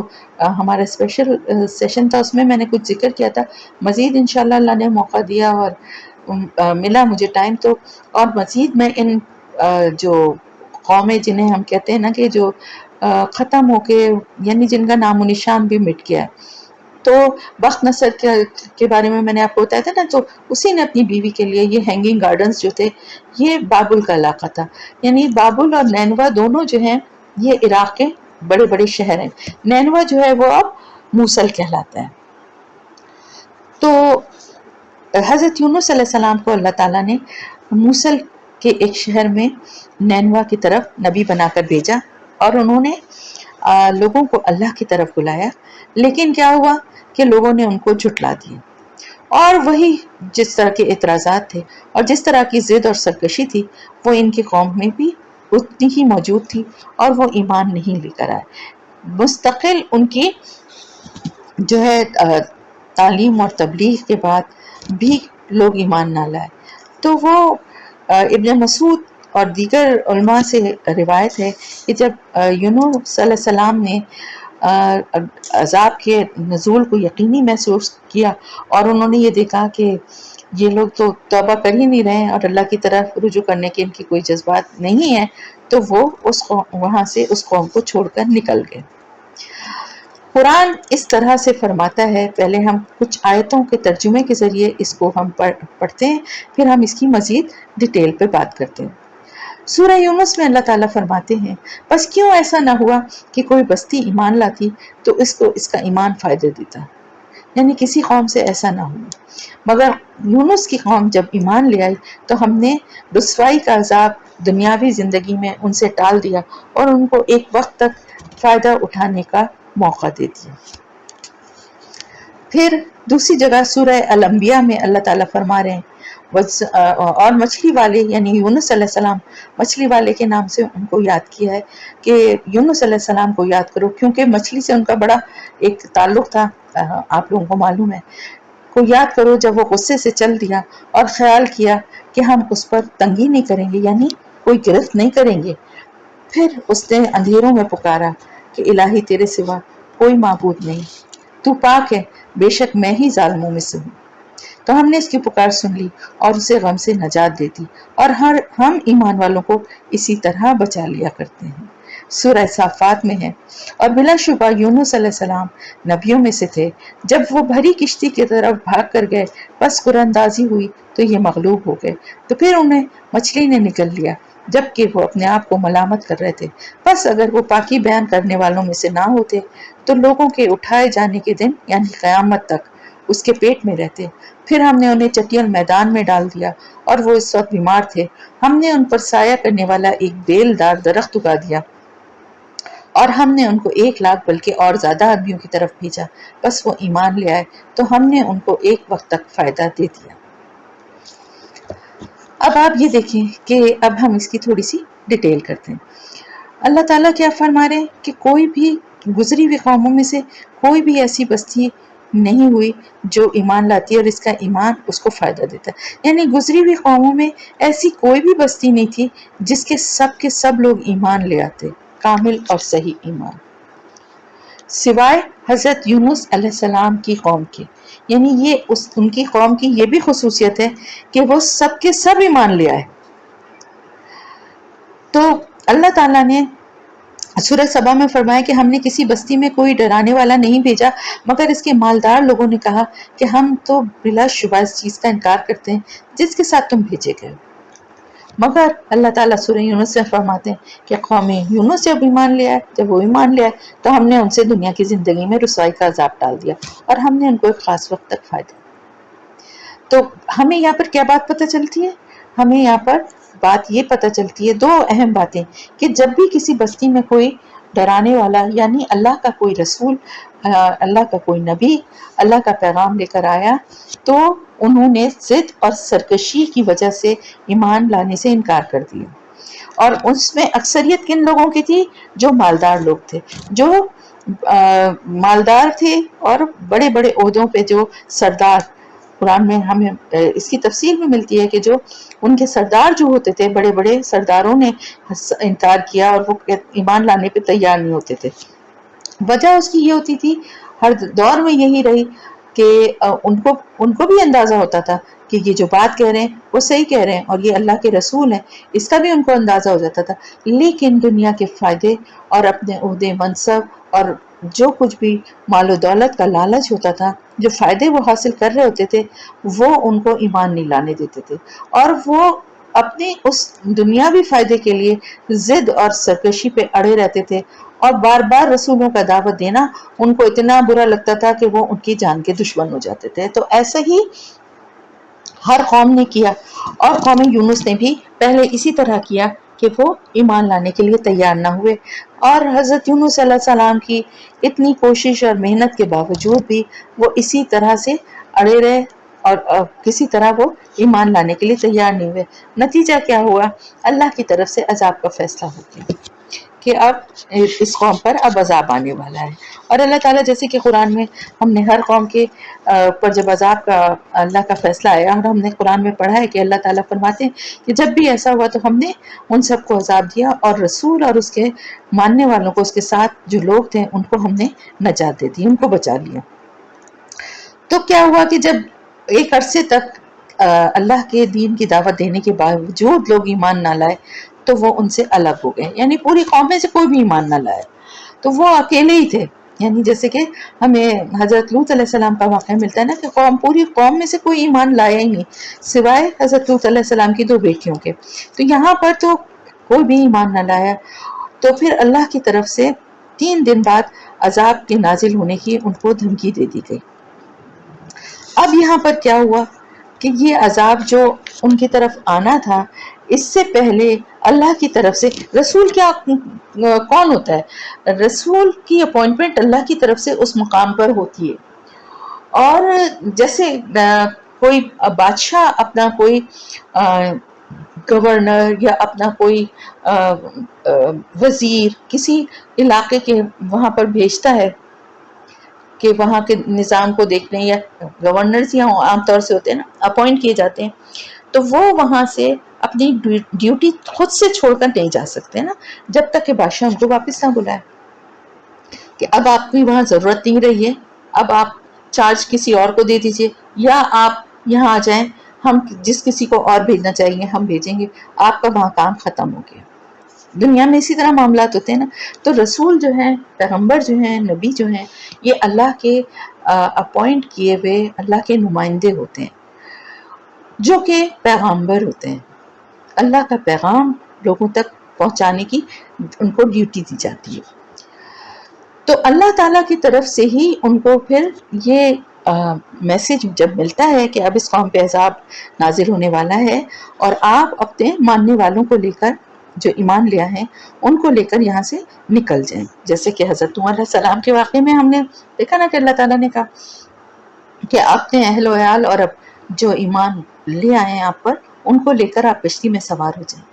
اسی طرح اور ابھی ہم اور قوموں کے انشاءاللہ واقعات پڑھیں گے، تو ہر قوم کے ساتھ اسی طرح سے ہوا کہ وہ رسول جو ہیں وہ اپنے ماننے والوں کو جو ایمان لے آئے تھے ان کو لے کر اس علاقے سے چلے گئے۔ اس کے بعد عذاب آیا، کیونکہ جب اس علاقے میں عذاب آتا ہے نا تو جو کوئی بھی وہاں ہوگا ظاہر ہے وہ اس کا نشانہ بنے گا،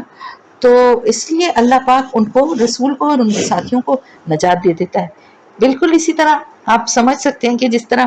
حضرت لوط علیہ السلام کے ساتھ ان کی بیوی بھی ساتھ میں نکلی تھی، لیکن کیونکہ انہوں نے مڑ کے دیکھ لیا تھا تو وہ وہیں پہ ٹھہر گئیں، اور وہ پتھر ان کے اوپر بھی عذاب کا پڑا، اور حضرت لوط علیہ السلام اپنی بیٹیوں کو لے کے آگے نکل کے چلے گئے، پیچھے مڑ کے نہیں دیکھا انہوں نے۔ تو اللہ کا جو حکم تھا نا ان کے لیے کیا تھا کہ آپ اس جگہ سے نکلیں اور پیچھے مڑ کے مت دیکھیے گا،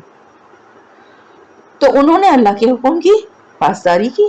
ایک رسول سے زیادہ کون اللہ کے احکامات کو ماننے والا ہوتا ہے، تو وہ وہاں سے نکل گئے سیفلی، لیکن ان کی بیوی نہیں نکل سکی کیونکہ انہوں نے مڑ کے دیکھ لیا۔ اور انہوں نے مڑ کے کیوں دیکھا؟ کیونکہ ان کی ہمدردی ان لوگوں کے ہی ساتھ تھی، وہ اسی قوم سے تھی۔ خیر، تو یہاں پر حضرت یونس علیہ السلام کی بات ہوئی۔ اب 3 دن بعد عذاب کا فیصلہ ہو گیا، اور حضرت یونس علیہ السلام نے جب یہ قوم کو اپنے میسج دے دیا کہ اب 3 دن بعد تم پر عذاب نازل ہونے والا ہے، اور اتنا وہ دل برداشت تھا اور اتنا وہ غصے میں اپنی قوم سے تھے کہ وہ وہاں سے نکل پڑے کہ اب یہاں پر تو عذاب نازل ہونے والا ہے، تو وہ وہاں سے نکل پڑے اس سے پہلے کہ اللہ کی طرف سے ان کو اجازت دی جاتی، یا اللہ کی طرف سے ان کو یہ حکم ملتا کہ اب آپ یہاں سے اس علاقے سے نکل جائیے، اب عذاب نازل ہوگا اس قوم کے اوپر۔ اس سے پہلے وہ خود ہی نکل گئے، یہ سوچ کر نافرمانی نیت نہیں تھی، نعوذ باللہ، اللہ کے رسول تھے، پیغمبر تھے نا، تو پیغمبر اللہ کی نافرمانی کا تو سوچ بھی نہیں سکتے، کرنا تو دور کی بات ہے۔ اپنے طور پہ انہوں نے یہ سوچا کہ اب تو ان پر عذاب آنا ہی ہے نا، تو مجھے تو یہاں سے نکلنا ہی ہوگا، اور قوم کے رویے سے بڑا دل برداشتہ تھے کہ کسی طرح سے وہ ایمان نہیں لاتے تھے، تو وہ وہاں سے بغیر اللہ کا میسج آئے، اللہ کی طرف سے پرمیشن ملے بغیر اس ایریا کو چھوڑ کر نکل گئے۔ اب میں آپ کو دونوں طرف کا حال بتاتی ہوں۔ پہلے میں بتاتی ہوں آپ کو حضرت یونس علیہ السلام کا کہ ان کا کیا حال ہوا یہ کہ جب وہ اپنی قوم سے ناراض ہو کر نکلے تو ایک کشتی میں سوار ہو گیا کہ اب اس جگہ سے کہیں دور چلے جائیں۔ اب کشتی جب بیچ پانی میں سب پہنچی تو وہ ڈولنے لگی اور وہ بھنور میں پھنس گئی، گھومنے لگی اور ہچکولے کھانے لگی، اور قریب تھا کہ وہ الٹ جائے اور سب لوگ ڈوب جائیں۔ کشتی والوں نے پھر آپس میں مشورہ کیا کہ ایسا لگتا ہے کہ وزن کچھ زیادہ ہو رہا ہے، یا اس وجہ سے ایسا کہیں ہم کشتی پوری الٹ کے سبھی نہ ڈوب جائیں، تو ایسا کرتے ہیں کہ ہم آپس میں قرآن اندازی کرتے ہیں، یعنی کسی کو ایسے بے گناہ کو تو ہم اٹھا کے کس طرح پھینکتے ہیں نا، تو قرآن اندازی کرتے ہیں، جس کا نام نکل آئے گا قرے میں اس کو کشتی سے پھینک دیتے ہیں تاکہ کشتی کا بوجھ ہلکا ہو سکے۔ اب انہوں نے جب قرآن اندازی کی تو نام نکلا حضرت یونس علیہ السلام کا، مگر کیونکہ شکل سے بھی اور ایک نیک اتوار اور ایک شریف اور اچھے بزرگ شخص لگ رہے تھے، تو کشتی والوں کا دل نہ مانا کہ کتنے نیک آدمی کو جو اس طرح کا، مطلب شکل اور حلیے سے اندازہ ہو رہا تھا کہ کوئی اللہ کا نیک بندہ ہے۔ ان کا یہ تو ایک بزرگ ٹائپ کا آدمی لگ رہا ہے، یہ اچھی بات نہیں ہے کہ اس کو پانی میں پھینک دیا جائے، چلو پھر دوبارہ قرآن اندازی کریں۔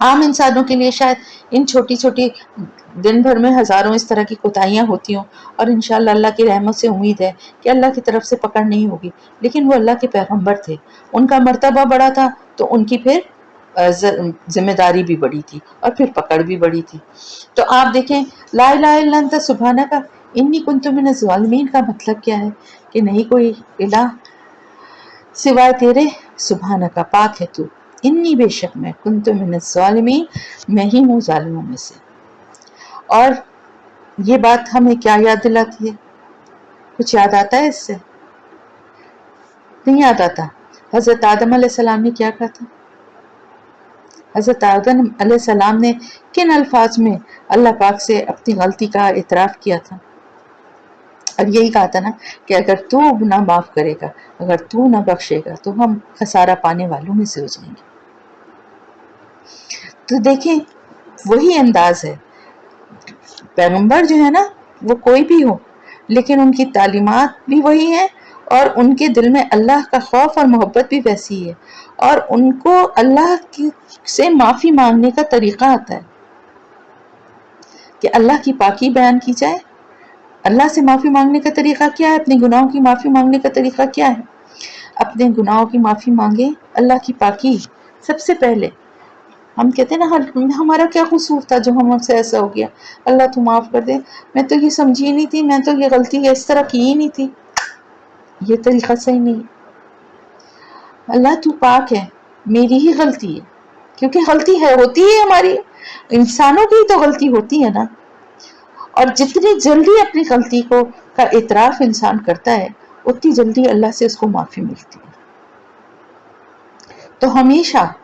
اپنی غلطی کا اعتراف کرے اور اللہ سے معافی مانگے، تو اللہ کو اس کے پیارے ناموں سے پکارے، اللہ کی پاکی کا اعتراف کرے، تو اللہ کی طرف سے فوراً اللہ کی رحمت جو ہے وہ بخشش اور رحمت کی شکل میں انسان کو ملتی ہے۔ تو پھر کیا ہوا کہ بھائی اللہ پاک نے ان کی توبہ قبول کی، اور تو توبہ قبول کرنے کے بعد اللہ پاک نے جب یہ عرش تک یہ پہنچی ہے آواز جو انہوں نے یہ جو کلمہ پڑھا لا الہ الا انت سبحانک انی کنت من الظالمین، تو فرشتوں نے کہا کہ اللہ یہ ہلکی سی آواز کہاں سے آ رہی ہے؟ تو کچھ جانی پہچانی سی ہے، لیکن کہاں کس علاقے سے آ رہی ہے؟ اللہ نے فرمایا کہ یہ میرا بندہ یونس ہے۔ اور پھر اس کے بعد اللہ تعالیٰ نے ان پر رحم کیا، اور پھر مچھلی کو حکم دیا کہ ان کو زمین پر ڈال دے، یعنی اگل دے۔ جب مچھلی نے ان کو کھلے ہوئے میدان میں پھینک دیا تو ان کی حالت یہ تھی کہ ظاہر ہے مچھلی کے اندر رہنے کی وجہ سے اس کے اندر کی جو اس کی باڈی کا جو ٹمپریچر اور اس کے اندر کی جو یعنی آپ دیکھیں نا پیٹ میں جب جو چیز جاتی ہے وہ کیا ہوتی ہے؟ گل جاتی ہے نا ہضم ہونے کے لیے۔ اب کیونکہ وہ پروسیس حضرت یونس علیہ السلام کے لیے اللہ کے حکم سے روک دیا گیا تھا، لیکن ہوا کیا کہ ان کے جسم کی جلد اور چیزیں جو تھیں وہ گل گئی تھیں اندر رہنے کی وجہ سے، اور وہ اتنے کمزور اور ناتواں تھے کہ جب مچھلی نے ان کو میدان میں ڈالا، وہاں کھلی زمین پہ ڈالا، تو وہ گر پڑے، اور ان میں اتنی بھی ہمت نہیں تھی کہ جیسے وہ اٹھ کے کھڑے ہو سکیں، اتنے لاغر اور اتنے کمزور ہو چکے تھے، بالکل جیسے جسم پر سے کھال جو ہے وہ گل چکی تھی۔ تو آپ سوچیں کہ وہ کیا ان کی حالت ہوگی، جیسے کسی چوزے کو یا کسی چڑیا کے بچے کو نہیں دیکھتے بغیر کھال اور بغیر پر، اس طرح کی حال۔ وہاں پر اللہ پاک نے ان کے لیے، اللہ تعالیٰ سورہ صافات میں فرماتے ہیں کہ ہم نے اس پر کدو کی بیل اگا دی، اور اسی لیے کہتے ہیں کہ کدو جو ہے نا یہ بہت مفید ہے دل اور دماغ کے لیے، خاص طور سے بہت طاقتور ہے، کچا اور پکا دونوں حالت میں کھایا جا سکتا ہے۔ تو پھر کیا ہوا کہ اسی پھل کو انہوں نے، ظاہر ان میں تو اتنی ہمت بھی نہیں تھی، وہ بیل جو تھی وہ زمین پہ ہی، بیل جو تھی وہ تو دیکھیں زمین پہ ہی ہوتی ہے نا، کہیں درخت سے تو توڑنا بھی ان کے لیے ممکن نہیں تھا، تو اس بیل سے ہی وہ توڑ توڑ کے وہ کھاتے رہے، جس سے کہ ان میں اتنی طاقت آئی، اور آہستہ آہستہ ان کے جسم کی کمزوری جو ہے وہ دور ہوئی، اور اس قابل وہ ہوئے کہ وہ جو ہے مطلب اپنے پیروں پہ کھڑے ہونے کے قابل ہو گئے۔ یہ تو تھا حضرت یونس علیہ السلام کا حال۔ اب اس قوم کا حال کیا ہوا میں جلدی سے بتا دوں، ٹائم ہو گیا اچھا خاصا۔ تو اس قوم کا حال یہ ہوا کہ جب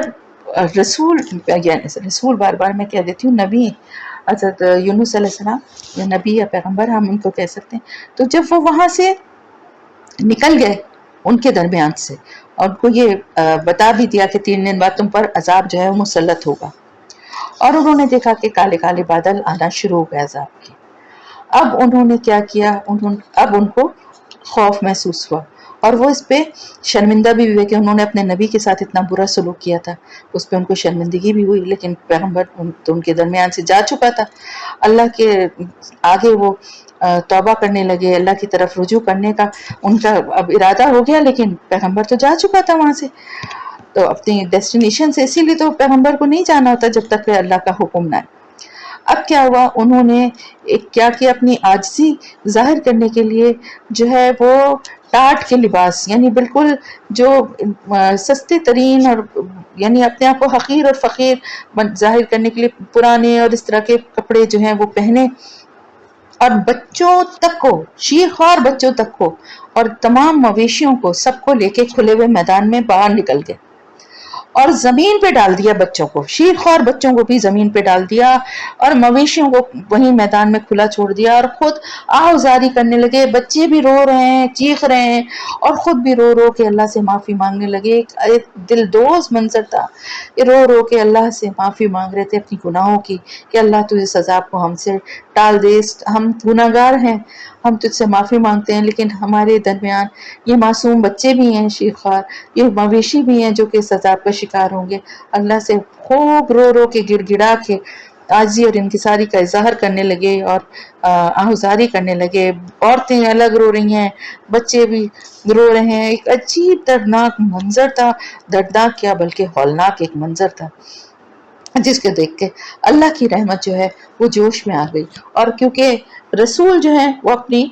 ڈیسٹینیشن چھوڑ کے چلے گئے تھے، اس لیے ویسے بھی اب اس قوم کا وہ والا اسٹیٹس نہیں رہ گیا تھا نا کہ جو ایک رسول چھوڑ کے اللہ کے حکم سے چھوڑ کے جاتا ہے نا، تو پھر تو وہ اس قوم کی طرف سے اب کوئی بہتری کی امید نہیں رہ جاتی، اور اللہ کے حکم سے رسول ایک لاسٹ وارننگ دے کے چلا جاتا ہے، لیکن وہ چیز نہیں ہوئی تھی، اور اس وجہ سے اللہ کی رحمت جوش میں آئی اور اللہ تعالیٰ نے ان کے لیے جو ہے اس عذاب کو ٹال دیا۔ اسی لیے اللہ نے فرمایا کہ ایسا کیوں نہیں ہوا کہ کوئی بستی جو پوری کی پوری ایمان لاتی، اور کیونکہ حضرت یونس علیہ السلام کی قوم جو تھی وہ پوری کی پوری پھر قوم ایمان لے آئی، تو اللہ نے ان سے دنیا کی زندگی میں رسوائی کا عذاب ٹال دیا، اور ایک خاص وقت تک اللہ تعالیٰ فرما رہے ہیں ہم نے ان کو فائدہ دیا، یعنی یہ پورے کے پورے لوگ ایمان لے آئے۔ اچھا، مفسرین کی کچھ رائے ہے، کیونکہ اللہ نے فرمایا کہ ہم نے ان سے دنیا کی زندگی میں یہ عذاب ٹال دیا، تو کہ کیا یہ ایمان جو ہے صرف ان کو لانا ان کو دنیا میں ہی سے فائدہ دیا ہے یا آخرت میں بھی فائدہ دے گا؟ تو کیونکہ یہاں پر دنیا کی زندگی کی بات ہوئی ہے، لیکن مجھے ایسا لگتا ہے کہ یہ جس نے توبہ سچے دل سے قبول کی اس سے اللہ نے دنیا کی زندگی کا بھی عذاب ٹالا ہے اور آخرت کا بھی، اور یہ جو اللہ نے لکھا نا کہ ہم نے قرآن میں ہے کہ ہم نے ان کو ایک خاص وقت تک فائدہ دیا، اس کا مطلب یہ ہے کہ ظاہر ہے ایک خاص وقت تک ہی اس قوم میں ایمان باقی رہا ہوگا نا، اس کے بعد پھر لوگ جو ہیں وہ دین سے پھر گئے ہوں گے، اور جو ہے اسی طرح اللہ کے ساتھ شرک کیا اور گناہ کرنے لگے ہوں گے، ان کو پھر آخرت کا عذاب ملے گا، لیکن جن لوگوں نے سچے دل سے اللہ سے معافی مانگ لی تو مجھے تو یقین ہے کہ انشاءاللہ اللہ نے دنیا میں بھی اور آخرت میں بھی ان سے وہ عذاب ٹال دیا ہوگا۔ تو یہاں پر حضرت یونس علیہ السلام کا واقعہ جو ہے وہ مکمل ہوتا ہے، اور اس آج کے لیسن سے ریلیٹڈ اگر کوئی کوشچن ہے تو آپ لوگ کر سکتے ہیں، ورنہ اللہ حافظ۔